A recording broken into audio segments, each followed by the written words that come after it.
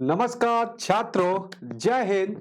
मेरा नाम Rahul Singh, science class में आपका स्वागत करता हूं। साथ ही साथ वेदांता एकेडमी इंदौर में आपका तहे दिल से स्वागत है। बच्चों, आशा करता हूं कि आप स्वस्थ होंगे, मजे में होंगे, एकदम फर्स्ट क्लास। तो आज हम एक नई चैप्टर के साथ नया लेक्चर स्टार्ट कर रहे हैं। उस लेक्चर का नाम है उत्सर्जन तंत्र। तो सभी छात्रों, बात करने वाले के ओके, स्टार्ट करेंगे। उत्सर्जन तंत्र क्या होता है, उत्सर्जन के प्रकार क्या होते हैं और मानव के शरीर में उत्सर्जन का कार्य क्या है। उत्सर्जन तंत्र की कौन कौन सी विधि हो जिसके माध्यम से मूत्र का निर्माण होता है और जिसके माध्यम से रक्त का शुद्धिकरण होता है, रक्त का क्षरण होता है। इन सभी चीजों पर हम चर्चा करने वाले हैं। आपको इस पीपीटी के अलावा कुछ दूसरा या एक्स्ट्रा पढ़ने की आवश्यकता नहीं पड़ेगी प्यारे छात्रों, इतना आश्वासन मैं आपको दे रहा हूं। बात करते हैं कि उत्सर्जन तंत्र क्या होता है। तो आपको डायग्राम के माध्यम से दिखाई दे रहा होगा कि इसमें किडनी भी है, ब्लैडर भी है, यूरेथ्रा भी है, कुछ वेन्स भी है, नेफ्रॉन्स भी है। इन सब का अध्ययन करेंगे। जो कहने का अर्थ है कि हम किडनी के अंदर जाएंगे, किडनी की क्या क्या प्रोसेस होती है, किडनी किस प्रकार से रक्त का क्षरण करता है, यूरिया को निकालता है, गंदे पदार्थों को बाहर निकालने का कार्य करता है। तो चलिए छात्रों, एक एक करके हम स्टार्ट करने वाले। अगर मैं आपसे उत्सर्जन की परिभाषा के बारे में बात करूं कि उत्सर्जन तंत्र क्या है, तो मैं एक लाइन में इसको डिफाइन कर सकता हूं। अगर वन वर्ड में आपको इसको डिफाइन करना है, उत्सर्जन तंत्र क्या है, गंदे पदार्थों को बाहर निकालना, गंदे पदार्थों को बाहर निकालने की क्रिया जो होती है, उस क्रिया को क्या कहते हैं, उत्सर्जन तंत्र कहते हैं। अब आपका प्रश्न उठेगा, ये गंदे पदार्थ कौन सा होता है, तो आपको ये भी जानकर शरीर का सबसे गंदा पदार्थ जो होता है अमोनिया होता है। अमोनिया को शरीर से बाहर निकालना उत्सर्जन तंत्र या उत्सर्जन प्रक्रिया कहलाती है। यूरिया को शरीर से बाहर निकालना, यह भी प्रश्न पूछा जा चुका है कि शरीर का सबसे जहरीला पदार्थ कौन सा होता है। जो शरीर का सबसे जहरीला पदार्थ होता है उसका नाम होता है अमोनिया होता है। शरीर से जहरीली गैसों को बाहर निकालना, जहरीली गैसों को शरीर से बाहर निकालना क्या कहलाता है, उत्सर्जन तंत्र कहलाता है। जैसे आपकी CO2 गैस हो गई, नाइट्रोजन गैस हो गई, ये सारी की सारी जो गैस होती है वो जहरीली या शरीर के लिए एक प्रकार की हानिकारक गैस होती है प्यारे छात्रों। क्लियर? तो हमने एक शब्द में इसका डिफाइन कर दिया कि शरीर से अपशिष्ट पदार्थों को, शरीर से गंदे पदार्थों को या शरीर से हानिकारक पदार्थों को बाहर निकालने की क्रिया को हम क्या कहते हैं, उत्सर्जन तंत्र कहलाता है। अब देखेंगे बेटा छात्रों, जीवों के शरीर में लगातार हो रही उपापचय क्रियाओं के परिणाम स्वरूप बनने वाले हानिकारक पदार्थों को शरीर से बाहर निकालने की क्रिया को क्या कहलाता है, उत्सर्जन तंत्र कहलाता है। सीधी सी स्पष्ट बात है। जैसे भी उपापचय पदार्थ का मतलब क्या हो, क्रिया क्या है, आप जो भी कुछ खाते हो, आपने भोजन खाया, आपने गैसों का ग्रहण किया, तो अच्छे अच्छा पदार्थ शरीर के अंदर टूट जाएगा, उसका उपापचय क्रिया के रूप में क्या टूट जाएंगे, बड़े बड़े पदार्थ छोटे छोटे पदार्थों में टूट जाएंगे। अब बेटा जी छात्रों, कुछ गंदा पदार्थ भी तो बचेगा। जैसे हम ये कह सकते हैं, हम लकड़ी या हीरा बना रहे हैं, हम हीरा या सोना बना रहे हैं, कुछ भी। तो छात्रों, सोना बनाते समय सोने का गुणवत्ता हमको प्राप्त हो जाती है, पर उसका कचरा भी हमको प्राप्त होता है। तो वो कचरा जो होता है उसी को हम अपशिष्ट पदार्थ कहते हैं या गंदा पदार्थ कहते हैं। इसी प्रकार जब हम कुछ भी खाएंगे, खाने के बाद उसका कुछ मल अपशिष्ट पदार्थ शरीर में रह जाता है, उसी को बाहर निकालना क्या कहलाता है, उत्सर्जन तंत्र कहलाता है। मैंने शब्दों में डिफाइन कर दिया एक शब्द में आपको बता दिया कि गंदे पदार्थ को शरीर से बाहर निकालना उत्सर्जन तंत्र कहलाता है। मानव शरीर में कई अंग उत्सर्जी अंग का कार्य करते हैं। जैसे आपको पता है त्वचा, त्वचा भी एक उत्सर्जी तंत्र का कार्य करती है। इस प्रकार त्वचा पसीने के रूप में अपशिष्ट पदार्थों को बाहर निकालती है। जो पसीने के साथ भारी मात्रा में सॉल्ट और लवण को उत्सर्जन करती है। जो हमारे अंदर अपशिष्ट पदार्थ के रूप में सॉल्ट या मिनरल रह जाते हैं, उनको शरीर से बाहर निकालने का कार्य कौन करती? त्वचा। एक एक करके इनके भी बात करेंगे। तो अभी हमने बताया कि अपशिष्ट पदार्थ क्या होते हैं, तो ये आपको जानकारी हो चाहिए। फेफड़ों की बात करें, फेफड़े कार्बन डाइऑक्साइड को उत्सर्जन करते हैं। जैसे आपको पता है कि आप सांस लेते हैं, जैसे आपने गैस को ग्रहण किया तो ऑक्सीजन अंदर जाती है, नाइट्रोजन अंदर जाती है और CO2 अंदर जाती है। एक सांस आप लेते हो तो ऑक्सीजन, नाइट्रोजन और CO2 गैस अंदर जाती है। तो ऑक्सीजन तो शरीर के लिए लाभदायक होती है, नाइट्रोजन और CO2 को शरीर से बाहर निकालना ही क्या कहलाता है? उत्सर्जन तंत्र कहलाता है। वो गैसों को बेकार गैसों को बाहर कौन निकालता है? तो आपका शब्द कौन होगा? फेफड़ा निकालने का कार्य करता है। छात्रों, हर पॉइंट को बारीकी से समझा रहा हूं, हर पॉइंट को एक एक शब्द का मतलब सीखो। कहने का अर्थ है कि आपको कहीं और किताब से पढ़ने की आवश्यकता नहीं पड़ेगी। अगर हम बात करें बड़ी आंत भी उत्सर्जन तंत्र का कार्य करती है। कैसे? अनपचे भोजन को शरीर से बाहर निकालती है। जो आपकी बड़ी मल होता है, जो भी आप कुछ खाते हो जो मल हो जाता है, जैसे सुबह फ्रेश होते हैं तो बड़ी आंत के माध्यम से ही प्रेशर पड़ता है, क्योंकि भोजन छोटी आंत से फिर बाद में बड़ी आंत में आता है। तो कहने का अर्थ है बड़ी आंत के द्वारा जो मल होता है, अनपचा भोजन होता है, उसको शरीर से बाहर निकालना क्या कहलाता है? उत्सर्जन। मानव शरीर में मुख्य उत्सर्जी अंग कौन सा होता है? वृक्क, या इसी को हम किडनी कहते हैं। अगर प्रश्न आ जा कि मानव के शरीर का सबसे उत्सर्जी अंग कौन सा है, कौन सा है, तो आप क्या लगाओगे? वृक्क, इसी को किडनी कहते हैं। जो मानव शरीर से यूरिया को उत्सर्जित करता है, जो यूरिया को शरीर से बाहर निकालने का कार्य करता है। किडनी का मुख्य कार्य क्या होता है? यूरिया को शरीर से बाहर निकाल। जैसे आप बात करें, अभी हम फोकस करें कि ये सारी चीजों पर एक एक करके हम किस तरह से आपको समझाना चाहता हूं। जैसे कार्बोहाइड्रेट का उपापचय होगा। कार्बोहाइड्रेट आपको कहां मिलता है? तो आप क्या कहोगे सर? जो भी अनाज होते हैं, गेहूं, चावल, बाजरा, मक्का, जितने ही अनाज होते हैं, आलू में भी कार्बोहाइड्रेट होता है। तो जितने भी अनाज होते हैं उनमें कौन होता है? कार्बोहाइड्रेट होते हैं, जो शरीर को क्या देते हैं? ऊर्जा देने का कार्य करते हैं।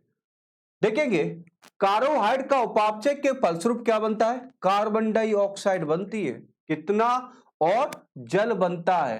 जल उत्सर्जी पदार्थ के रूप में मानव शरीर के निर्मित होता है। जब भी कार्बोहाइड्रेट का पाचन होगा या कार्बोहाइड्रेट का कैटाबॉलिक टूटेगा तो हमको दो चीज मिलती है। ये कार्बोहाइड्रेट C6H12O से ग्लूकोज, और ग्लूकोज ने ऑक्सीजन से क्रिया की तो क्या बना हमारे पास? तो हम कह सकते हैं हमको मिला CO2 मिला, और हमको क्या मिला? जल मिला। तो कार्बोहाइड्रेट का उपापचय के फलस्वरूप CO2 कार्बन डाइऑक्साइड का निर्माण होता है, साथ ही साथ जल का निर्माण होता है, और 673 किलो कैलोरी ऊर्जा मिलती है कार्बोहाइड्रेट के उपापचय के फलस्वरूप।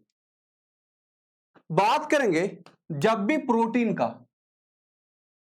प्रोटीन का उपापचय होता है तो हमको क्या मिलता है? यह भी जानकारी होनी चाहिए। कार्बोहाइड्रेट के उपापचय से क्या मिला और हमको प्रोटीन के उपापचय से क्या मिलने वाला है, इस चीज की ओर भी आना पड़ेगा। जैसे प्रोटीन का उपापचय हो रहा है, प्रोटीन के उपापचय सबसे पहले तो छात्रों ये प्रोटीन शरीर का विकास करती है, शरीर का विकास, या हम ये भी कह सकते हैं शरीर को मजबूत बनाती है। जिम वाले लौंडे जो होते हैं जिम जो करते हैं, एक्सरसाइज करते हैं, वो प्रोटीन के एग, चिकन, बे प्रोटीन, कितनी फलानी फलानी प्रोटीन आते हैं, क्योंकि ये शरीर को मजबूत प्रदान करता है, मजबूत करता है। अगर बात करें ये प्रोटीन मिलता कहां पर, तो आप क्या कह सकते हो, अंडे में, मांस में, पनीर में, दूध में, ये सारी चीज प्रोटीन के स्रोत होते हैं। अगर हम प्रोटीन खाए, आपने दाल खाया, सोयाबीन, पनीर, अंडा, जो भी कुछ खाया, तो उसका क्या होगा, उपापचय होगा, वो टूटेगा। टूटने के फलस्वरूप क्या बनता है, सबसे पहले नाइट्रोजन अपशिष्ट पदार्थ बनते हैं, जिनका निष्कासन किडनी द्वारा मानव शरीर से बाहर होता है। सबसे इंपॉर्टेंट है, सबसे इंपॉर्टेंट है कि क्या बोला कि सर नाइट्रोजन युक्त पदार्थ शरीर के लिए हानिकारक होते हैं।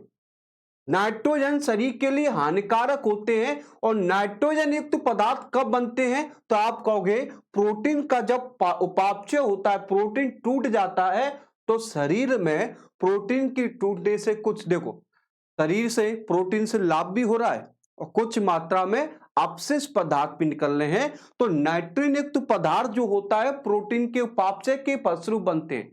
जैसे आपको बता दें, नाइट्रोजन युक्त अपशिष्ट पदार्थ कौन से होते हैं, ये भी तो जानकारी होनी चाहिए। सर आपने तो ये बता दिया कि नाइट्रोजन युक्त अपशिष्ट पदार्थ होते कौन से हैं, तो आपको बता दें अमोनिया एक नाइट्रोजन युक्त अपशिष्ट पदार्थ ही है। अगर यूरिया, ये भी है, यूरिक अम्ल, ये तीनों के तीनों आपके नाइट्रोजन युक्त अपशिष्ट पदार्थ है। शरीर की कोशिकाओं से इन अपशिष्ट या विषाक्त पदार्थों को बाहर निकालने की क्रिया ही क्या कहलाती है, उत्सर्जन। पूरा का पूरा खेल खेलें या पूरा का पूरा क्रिया विधि बताओ, अमोनिया को शरीर से बाहर निकालो, यूरिया को, यूरिक अम्ल को शरीर से बाहर निकालना ही ये क्या कहलाते, उत्सर्जन तंत्र कहलाता है। और जिसमें जो जो अंग भाग लेता है, इसलिए उसको तंत्र जोड़ दिया जाता है। ध्यान रखने योग्य बातें। आइए छात्रों उत्सर्जन के प्रकार पढ़ लेते हैं। यहां पर आपको ध्यान देने वाली बात है, प्रॉपर आपको ध्यान देना पड़ेगा। प्रश्न यहां से छात्रों बन सकते हैं, आते भी हैं, इसलिए कहता हूं थोड़ा सा शब्दों पर आपको फोकस करते हुए चलना पड़ेगा। चलेंगे, अगर हम टाइप्स की बात करें तो उत्सर्जन तंत्र के कई होते हैं बेटा छात्रों। एमिनो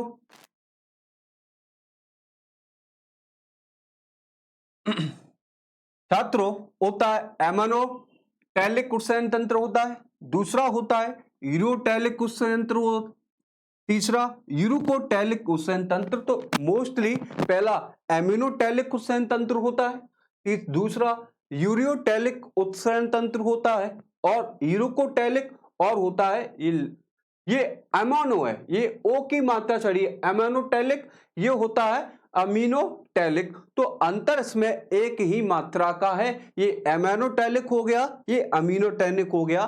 तो छात्रों एक एक करके इन पर हम चर्चा का विषय बनाते हैं और समझने की कोशिश करते हैं।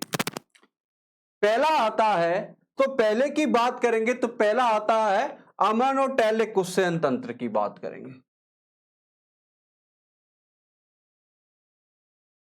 तो अमीनोटैलिक उत्सर्जन तंत्र क्या है छात्रों, देखेंगे जो जीव अपने शरीर से नाइट्रोजन उत्सर्जी पदार्थ के रूप में अमोनिया को बाहर निकालते हैं, ऐसे जीव अपने शरीर से क्या निकालते हैं, अमोनिया को बाहर निकालते हैं। क्या आप लोग अमोनिया को बाहर निकालते हो, नहीं, आप अमोनिया का उत्सर्जन नहीं करते। तो ऐसे जीव शरीर से अमोनिया को बाहर निकालते हैं, उन्हीं को अमोनोटैलिक उत्सर्जन तंत्र कहते हैं।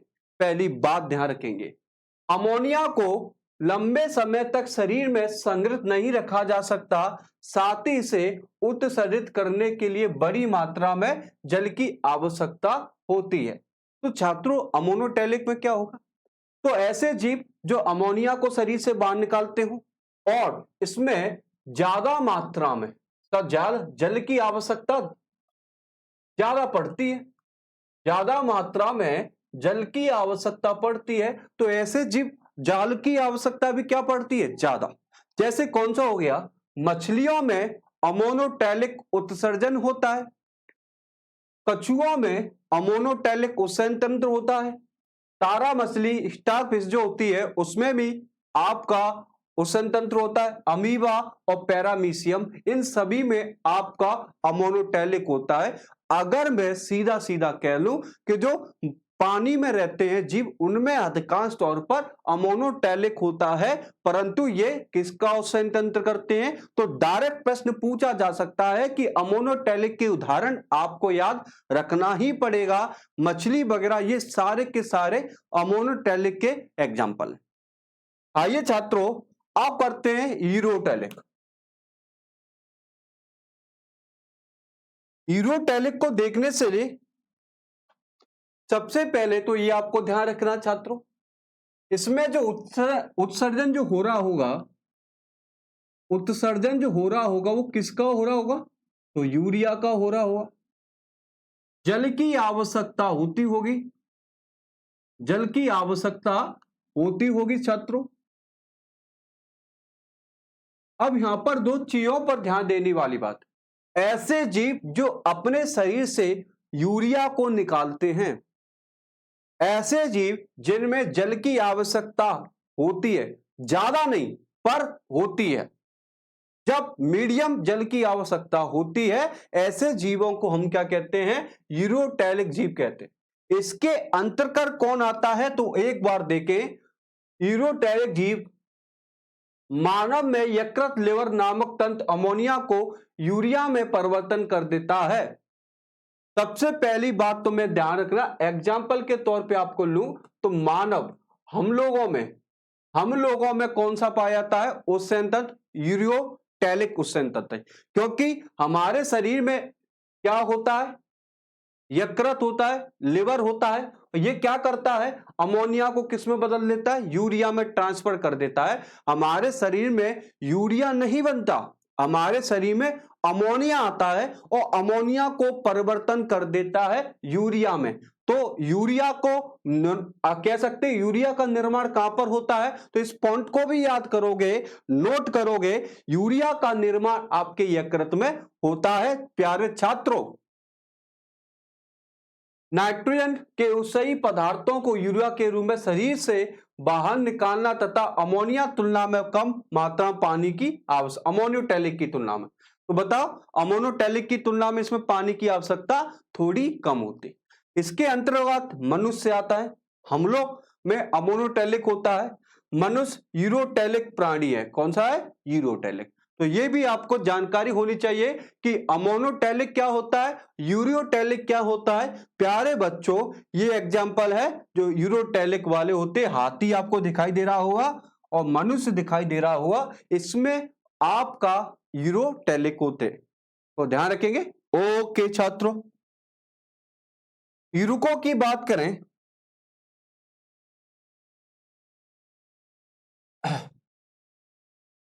अगर हम यूरोको की बात करें, क्या है? तो यूरोको की बात करें तो इसमें उत्सर्जन की बात, इसमें उत्सर्जन क्या होगा? तो आपको ध्यान का यूरिक अम्ल का निर्माण होगा। इसमें छात्रों यूरिक अम्ल का निर्माण होगा। जल की मात्रा पूछी जाए कम, जल की मात्रा कैसे होगी? कम। ये किसमें होता है? तो आपको बता दें, पक्षियों में होता है। जितने भी पक्षी होते हैं उनमें कौन सा उत्सर्जन तंत्र होता है छात्रों? तो आपका आंसर क्या आना चाहिए? यूरिकोटैलिक। तो ऐसे जीव जो यूरिक अम्ल को शरीर से बाहर निकालते हैं, जिसमें जल की मात्रा अत्यंत कम होती है, आवश्यकता कम होती है, जैसे पक्षियों में आपका यूरिकोटैलिक होता है। पक्षियों जैसे जीव अपने शरीर से पानी की मात्रा के कारण यूरिया को यूरिक अम्ल में परिवर्तन कर देते हैं, तो इनमें कौन सा होता है? यूरिकोटैलिक। अगर हम बात करें अमीनोटैलिक क्या होता है, हमने अमोनोटैलिक पढ़ लिया, यूरियोटैलिक, यूरिकटैलिक। अब बात करते मेरे छात्रों, अमीनोटैलिक क्या होता है? अमीनोटैलिक उत्सर्जन में प्रोटीन के पाचन में कुछ अमीनो अम्ल बच जाते, तो ये भी ध्यान रखना है, क्योंकि जब भी प्रोटीन का पाचन होता है तो अमीनो एसिड बनता है। क्या बनता है? Amino acid. जिस प्रकार जैसे आप रोटी खाओगे, कार्बोहाइड्रेट का पाचन होता है, ग्लूकोज बनता है। प्रोटीन का पाचन होता है, अमीनो एसिड बनता है। वसा का पाचन होता है, वसीय एसिड या ग्लिसरॉल बनता है। इसी तरह कहने का अर्थ है अमीनोटैलिक उत्सर्जन में प्रोटीन के पाचन के फलस्वरूप कुछ मात्रा में अमीनो अम्ल बच जाते हैं और सीधे अमीनो अम्लों का उत्सर्जन करते हैं। जैसे आपको सिप हो गया, घोंगा हो गया, ये भी समुद्री जीव है। सिप कहां पर पाया जाता है? समुद्री में। और घोंगा भी बेटा आपने देखा होगा घोंगा क्या होता है। अगर नहीं देखा गूगल पर सर्च कर लेना, आपका चित्र भी आ जाएगा। छात्रों, यहां पर आपको ध्यान देने वाली बात है, यहां पर क्या ध्यान देने वाली बात है, तो एक एक करके ध्यान देने, यहां पर थोड़ा फोकस करना आप लोग। यहां पर फोकस का क्या करना है कि ये चीज आप पहली बार पढ़ोगे, ठीक है? एनसीईआरटी के आधार पर पहली बार पढ़ोगे, ये एनसीईआरटी में दी गई। तो मैं आपको डायरेक्ट बताता हूं। प्रश्न क्या है कि प्रश्न आएगा ऑर्निथिन चक्र क्या है? ऑर्निथिन चक्र के नाम से आपको प्रश्न पूछा जाएगा। ऑर्निथिन चक्र क्या? यकृत में अमोनिया से यूरिया बनने की क्रिया भी होती है, तो ये तो डायरेक्ट पता है। जो लिवर होता है वो अमोनिया को, लिवर होता है जो अमोनिया को डायरेक्ट किस में बदल देता है? यूरिया में बदल देता है। तो ये भी आप कह सकते हैं यूरिया का निर्माण यकृत में होता है। यह एक जटिल रासायनिक प्रोसेस है, ऑर्निथिन चक्र कहते हैं। इसी का नाम क्रेब्स हैंसलेट भी रखा है। अब यहां पर मैं आपको समझाने की कोशिश कर रहा हूं कि ऑर्निथिन चक्र क्या है। तो ये तो आपको पता होना चाहिए। ऑर्निथिन चक्र आपके यूरिया से संबंधित है, आपके उत्सर्जन से संबंधित है, आपके किडनी से संबंधित है। तो ऑर्निथिन चक्र की बात करें तो इसका दूसरा नाम भी क्रेब्स हैंसलेट नाम भी कहा गया है। कभी कभी पेपर में पूछा जाए तो यह भी आपको ध्यान रखना। यूरिया बनने की संपूर्ण प्रक्रिया एक चक्रीय प्रक्रिया है तथा इसमें अमोनिया, कार्बोहाइड्रेट, कार्बन डाइऑक्साइड एवं अमीनो अम्ल का समूह भाग लेते हैं, इसलिए इसे ऑर्निथिन चक्र। एक प्रश्न आ चुका है कि ऑर्निथिन चक्र में कौन कौन भाग लेता है, तो पहला आंसर क्या लोगों? अमोनिया। इस चक्र में अमोनिया की मुख्य भूमिका होती है। कार्बन डाइऑक्साइड CO2 गैस की भी सबसे ज्यादा मुख्य भूमिका होती है। अगर बात करें अमीनो अम्ल की भी सबसे भूमिका होती है। तो इस चक्र में 3 समूहों की बात करें तो अमोनिया, कार्बन डाइऑक्साइड और अमीनो अम्ल तीनों की मुख्य भूमिका होती है, इसलिए इसे ऑर्निथिन या आर्जिनिन चक्र भी कहते हैं। सबसे इंपॉर्टेंट जो लाइन है, सबसे प्यारी जो लाइन है, इस ऑर्निथिन चक्र का महत्वपूर्ण कार्य यही करेगी। यूरिया का निर्माण यकृत में यूरिया चक्र या ऑर्नि चक्र के द्वारा होता है। क्या लाइन बोला? यूरिया का निर्माण यकृत में यूरिया चक्र या ऑर्निथिन चक्र। मैंने पहले ही बताया कि यकृत में यूरिया का निर्माण होना कि चक्र के माध्यम से होता है, तो ऑर्निथिन चक्र कहलाता। एक बात आपको क्लियर हो चुकी। अगर मैं छात्रों इसको अंदर ले जा चलूं, इसके डीप में जाने की कोशिश करूं, इसके गहराई का पता लगाऊं कि इसमें और क्या प्रश्न आपका यहीं से मिल जाएगा का यूरिया का निर्माण होना यकृत में और चक्र। परंतु ये चक्र को पूरा पढ़ना आवश्यक है, क्योंकि आप टीचर बनने वाले हो। आपको भी साइंस के भी टीचर, वो भी साइंस के टीचर बनोगे, तो आप भी कहीं ना कहीं कॉन्सेप्ट आपको भी पूरे पूरे आना चाहिए। जैसे बात करें छात्रों, ये चक्र को देखो थोड़ा।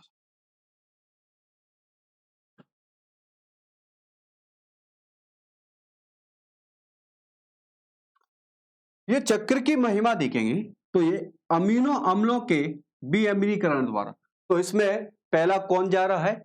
अमीनो अम्ल जा रहा है। दूसरा कौन? Carbon dioxide. तो हम मोटा मोटा कर सकते हैं कि अमीनो अम्ल और CO2 आपस में संयुक्त हो रहे हैं, क्रिया कर रहे हैं, और किसकी उपस्थिति के कारण कर रहे हैं? कार्बामाइल फॉस्फेट सिंथेटेज की उपस्थिति में। देखेंगे यहां पर समझाने के लिए आपको मैं थोड़ा सा एडजस्ट भी कराना है।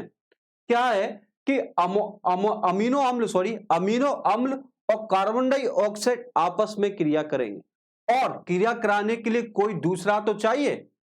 किसकी सहायता लेनी पड़ेगी? तो कार्बामाइल फॉस्फेट सिंथेटेज की आवश्यकता लेंगे। जब आपस में पूरी तरह से क्रिया हो जाएगी तो कार्बामाइल फॉस्फेट का निर्माण होता है। पहला चरण यही है आपका। ऑर्निथिन का पहला चरण है कि इसमें कार्बामाइल फॉस्फेट का निर्माण होता है। NH3 और CO2 आपस में क्रिया करने पर किसका निर्माण होता है? कार्बामाइल फॉस्फेट का निर्माण होता है। तो इसका पहले चरण में यह बन जाता है। आपको लग रहा होगा कि वास्तव में सर ये पेपर में आएगा क्या? कोशिश कहीं से भी प्रश्न पूछी जा सकता, पेपर वाला आपको हर तरह से कमर कसना, बंदूकबारी कह सकते हैं, कहीं से भी आप फायरिंग हो सकती। छात्रों मेरा मानना है कि आप पूरा डिटेल समझने की कोशिश करें। तो आपके पहला पॉइंट क्लियर हो गया ऑर्निथिन चक्र का। अगर हम सेकंड पॉइंट की बात करें, सेकंड पॉइंट क्या है वो वहीं से, ये तीसरा पॉइंट है, थर्ड सेकंड पॉइंट है वो वाला। देखेंगे छात्रों ऑर्जिनो सक्सेनिक अम्ल का निर्माण होना। ऑर्गेनिक सक्सेनिक अम्ल का निर्माण कैसे होगा? सिट्रुलिन और एस्पार्टिक अम्ल, दो बातों को ध्यान रखना। सिट्रुलिन और एस्पार्टिक अम्ल की उपस्थिति में एटीपी की उपस्थिति सहयोग करके ऑर्गेनिक सक्सेनिक अम्ल, ध्यान रखना, ऑर्गेनिक सक्सेनिक अम्ल बनता है। ये ऑर्गेनिक सक्सेनिक अम्ल क्या है? तो ये आपको ध्यान रखने ऑर्गेनिक सक्सेनिक अम्ल क्या है। तो देखेंगे यहां पर देखने वाली है कि पहला तो आपको ऑर्निथिन ये पता चल गया। दूसरा तीसरी पॉइंट की यहां सिट्रुलिन, सिट्रुलिन किससे क्रिया करेगा? एस्पार्टिक अम्ल से क्रिया करेगा। सिट्रुलिन एस्पार्टिक अम्ल से क्रिया करेगा तो ऑर्जिनिल सक्सेनिक अम्ल का बनाएगा। तो यह भी ध्यान रखना है। तो आर्जिनिन की बात करें तो आर्जिनिन क्या करेगा? तो आर्जिनिन करेगा सबसे पहले आर्जिनो सक्सिनेस एंजाइम और फ्यूमेरिक से क्रिया करके क्या बनाएगा? आर्जिनिन का निर्माण करेगा। और फिर आर्जिनिन से ये पूरा का यूरिया और H2O का ऑर्निथिन चक्र बन जाता है। तो एक एक करके पूरा देख लेते थे। ऑर्जिनिन का निर्माण होना, आर्जिनो सक्सिनेस, मैंने अभी बताया था आर्जिनो सक्सिनेस कहां है? ये रहा। देखो छात्रों आर्जिनिक सक्सिनेस एंजाइम, आर्जिनिक सक्सिनेस एंजाइम किसके? फ्यूमेरिक अम्ल से क्रिया करके क्या बनाएगा? आर्जिनिन। वही तो बताना है, खंडित होकर आर्जिनिन या फ्यूमेरिक अम्ल बनाता है। तो ये सारी की कॉन्सेप्ट है, आप एक बार रीड कर लोगे तो आपको पूरा समझ में आ जाएगा।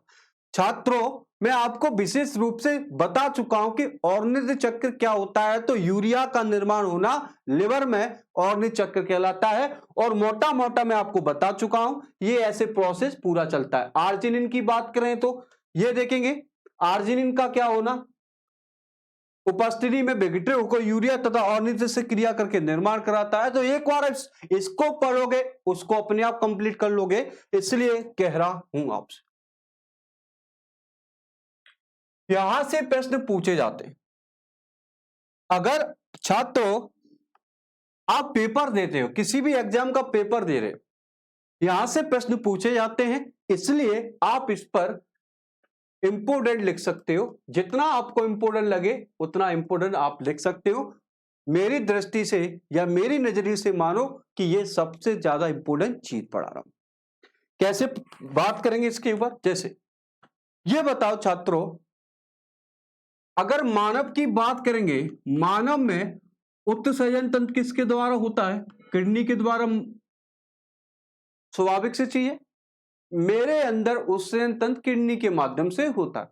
इसी तरह जैसे आपको बता दें ज्वाला कोशिका फ्लैम सेल, ज्वाला कोशिका या फ्लैम सेल के द्वारा प्लेटी हेल्मिनथिस का उत्सर्जन करते हैं। देखो इस प्रकार जैसे आपको बताएं कीट में उत्सर्जन तंत्र किसके द्वारा होता है? मेलपी घी नलिकाओं के माध्यम से होता है। ये तो बहुत इंपॉर्टेंट है कि कीट हो गया, छोटे छोटे कीट मकोड़े होते हैं, या हम कह आर्थ्रोपोडा संघ, तिलचट्टा, कॉकरोच, इन सब में उत्सर्जन तंत्र किसके माध्यम से होता है? मेलपी घी नलिकाओं। हम में किडनी के माध्यम से होता है, तो कीटों में मेलपी नलिकाओं के माध्यम से। अगर हम केंचुओं की बात करें, केंचुओं में उत्सर्जन तंत्र किसके माध्यम से होता है? उस केंचुओं में क्लोरेगोगन कोशिका पाई जाती है, क्लोरेगोगन कोशिका पाई जाती है, वो शरीर से उत्सर्जन तंत्र करने का कार्य करती है। जो प्रॉन होते, प्रॉन्स जैसे मच्छी टाइप के प्रॉन्स होते हैं, समुद्र में पाए जाते हैं, नदियों में नहीं पाए जाते। प्रॉन्स जो होते हैं, जो आजकल जो मांसाहारी जीव होते हैं जो खाते हैं, तो प्रॉन जीवों में उत्सर्जन तंत्र किसके द्वारा होता है? तो क्रोकस ग्रंथियों के द्वारा होता है। किसके द्वारा? क्रोकस। अगर बात करें एनिलिडा, एनिलिडा संघ के जीवों में उत्सर्जन तंत्र किसके माध्यम से होता है? तो आप क्या हो? नेप्रिडिया होता है। मोलस्का संघ के जीवों में उत्सर्जन तंत्र किसके द्वारा होता है? केवर का अंग होता है, उसमें केवर के अंग होते हैं। जिस प्रकार हम में किडनी होती है, उसमें होता है। एसके एलिमेंटिस में रेनेट कोशिकाओं के माध्यम से होता है। तो एक बार छात्रों ईमानदारी से इनको याद करने, या पेपर में डायरेक्ट प्लेटी हेलमेंटिस तो बहुत बार पूछा गया है, और कीट आर्थ्रोपोडा में सबसे ज्यादा पूछा जा चुका है कि इनमें उत्सर्जन तंत्र किस प्रकार होता है। मनुष्य के उत्सर्जन तंत्र कौन कौन से हैं, यह भी आपको जानकारी होना चाहिए। वैसे मामूली रूप से हम एक बार इस पर चर्चा कर चुके हैं, एक बार बता भी चुके हैं। तो आप किडनी के द्वारा, किडनी क्या करती है? किडनी यूरिया को बाहर निकालती है। रक्त उत्सर्जन के मनुष्य अंग मुख्य अंग होता है। किडनी जो होता है मनुष्य का सबसे मुख्य अंग होता है। शरीर से हानिकारक पदार्थ निकालने के लिए वृक्क के बिना मनुष्य में और खरगोश तथा उच्च कोटि के स्तरीय जीवित नहीं रह सकते। वृक्क शरीर से सभी नाइट्रोजन उत्सर्जी पदार्थ कौन से होते हैं? नाइट्रो उत्सर्जी पदार्थ, अमोनिया, यूरिया, यूरिक अम्ल, इन सबको बाहर निकालने का कार्य किडनी करती है। त्वचा क्या करती? तो आपको पता है, फेफड़ा थोड़ी पसीना होता है। त्वचा क्या करती छात्रों? पसीना। और पसीने में क्या होता है? सॉल्ट होते हैं, लवण होते हैं, मिनरल होते हैं, उनको बाहर निकालने का कार्य करता है। तो आप एक बार देख लोगे, फेफड़े की बता दी मैंने आपको, ये सारी चीज मैं आपको पहले बता चुका हूं। तो इस बार एक बार ईमानदारी से छात्र इस पर आप पढ़ लोगे एक बार अच्छे से। कोई दिक्कत हो तो मुझे बताते हुए चलना, ठीक है। आई होप आपको क्लियर हो रही होंगी सारी बातें।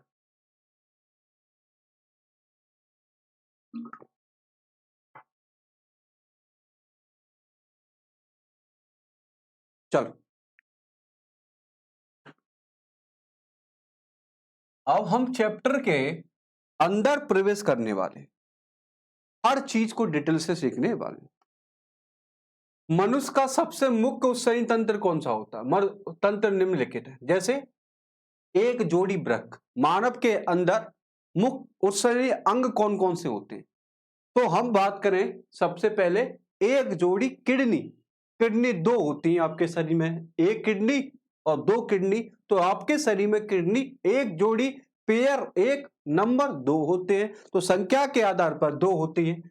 और मूत्र नलिका होती है, एक जोड़ी क्या होती है? मूत्र नलिका, यूरेथ्रस। देखो मूत्र नलिका कहां है? मूत्र वाहिनी, ये मूत्र वाहिनी है। तो एक हो गई और ये दो हो गई। तो मूत्र नलिका भी आपके शरीर में दो होती है।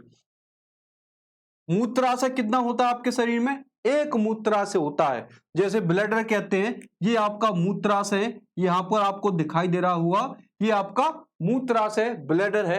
एक मूत्र मार्ग होता है, आपको भी ध्यान रखना है। एक क्या होता है? मूत्र मार्ग। तो ये आपका जो मूत्र मार्ग होता है, जिसके माध्यम से आप मूत्र का त्याग करते हैं, गंदे पदार्थ बाहर जाते हैं। इन पे ही पढ़ने वाले हैं, नेफ्रॉन ही पढ़े, किडनी के अंदर बहुत कुछ पढ़ने वाले हैं छात्रों।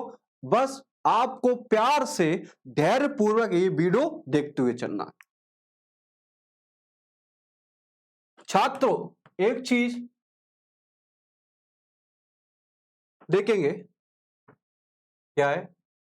मनुष्य में उत्सर्गी पदार्थ को बाहर निकालने के लिए एक जोड़ी किडनी पाई जाती है। यस, मानव में कितने शरीर? एक जोड़ी, एक और दो। कितनी है? दो।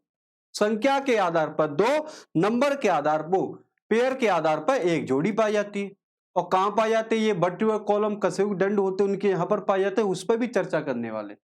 किडनी को पूर्ण उत्सर्जी अंग या मुख्य उत्सर्जी अंग कहा जाता है। यस, क्या बोलने वाले हैं? अगर प्रश्न पूछा जाए उत्सर्जी अंग कौन सा है, तो फेफड़ा भी होता है, त्वचा भी होता है, आंत भी होती है। तो मुख्य पूछा जाए तो मुख्य आप आंसर लगाओगे किडनी। तो ये प्रश्न आपको याद रखने योग्य है, वैसे जितना टफ या मुश्किल नहीं है कि आप याद नहीं रख पाओगे। किडनी जो होती है उसका जो आकार पूछा जाए, उसका शेप पूछा जाए, आकार पूछा जाए, आकृति पूछा जाए, तो सेम की फली खाई होगी आपने, घर पे मम्मी बनाती है। तो सेम की जो फली होती है, सेम की फली में बीज निकलता है। वो बीज इस प्रकार का होता है, थोड़ा सा ऐसा होता है। तो सेम का बीज, तो ये भी आपको किडनी का आकार दिखाई दे रहा होगा, तो सेम के बीज के आकार का ही है। सेम के बीज क्या ही आकार का है, जिसका जो भार लगभग, एक किडनी का भार लगभग 140 ग्राम के समथिंग होता है। कितना ग्राम? 140 ग्राम होता है। और किडनी के चारों तरफ एक झिल्ली पाई जाती है, वो झिल्ली को पेरिटोनियम झिल्ली कहते हैं। क्यों? ये झिल्ली क्या करती है? किडनी को आघातों से बचाती है। आघात का मतलब है कि जो भी सुरक्षा का कवर करती है, जैसे कपड़े पहनते हैं हम लोग, मोटरसाइकिल चलाते तो हेलमेट लगाते हैं, क्रिकेट खेलते हैं तो हम पैड वगैरह लगाते, क्रिकेट एलडी वगैरह लगाते हैं, क्योंकि हमें चोट ना लगे। सर्दी में टोपे लगाते हैं, मोटे मोटे कपड़े पहनते हैं, क्यों? क्योंकि हमें बाहरी आघातों से सुरक्षा बनी रहे। तो इसी तरह किडनी के चारों तरफ भी एक लेयर होती है, एक आवरण होता है, एक मेम्ब्रेन होती है, उसको पेरिटोनियम कहा जाता है, जो कि किडनी को आघातों से सुरक्षा प्रदान कराने का कार्य करती है। इतनी सी बात आपको याद रखना है छात्र। आगे बात करें यहां से,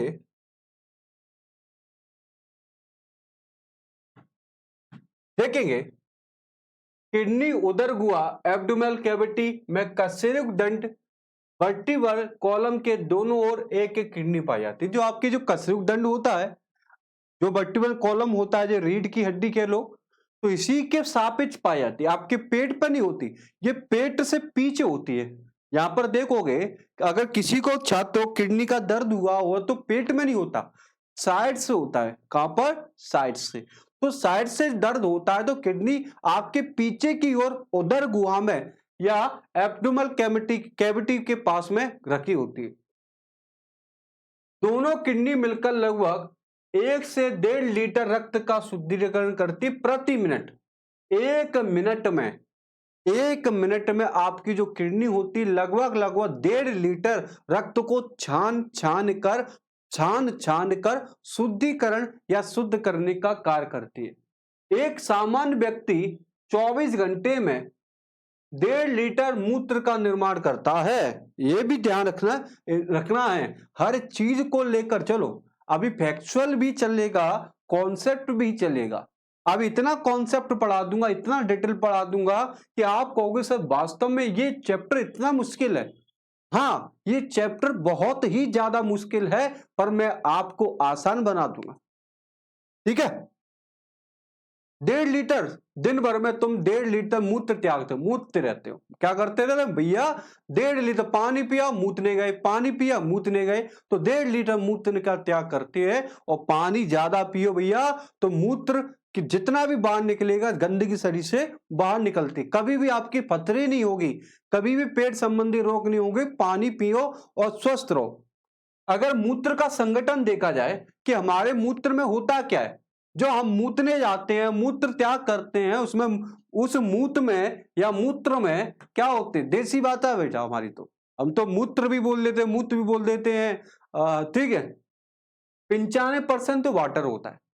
95% आपके मूत्र में, टॉयलेट कह लो, क्या कह लो, ठीक है, 2% लवण होते हैं। जैसे कैल्शियम खारापन आता है मूत्र में बेटा, जो अंतरिक्ष में जाते हैं ना, वो भी अपने मूत्र को पी लेते हैं।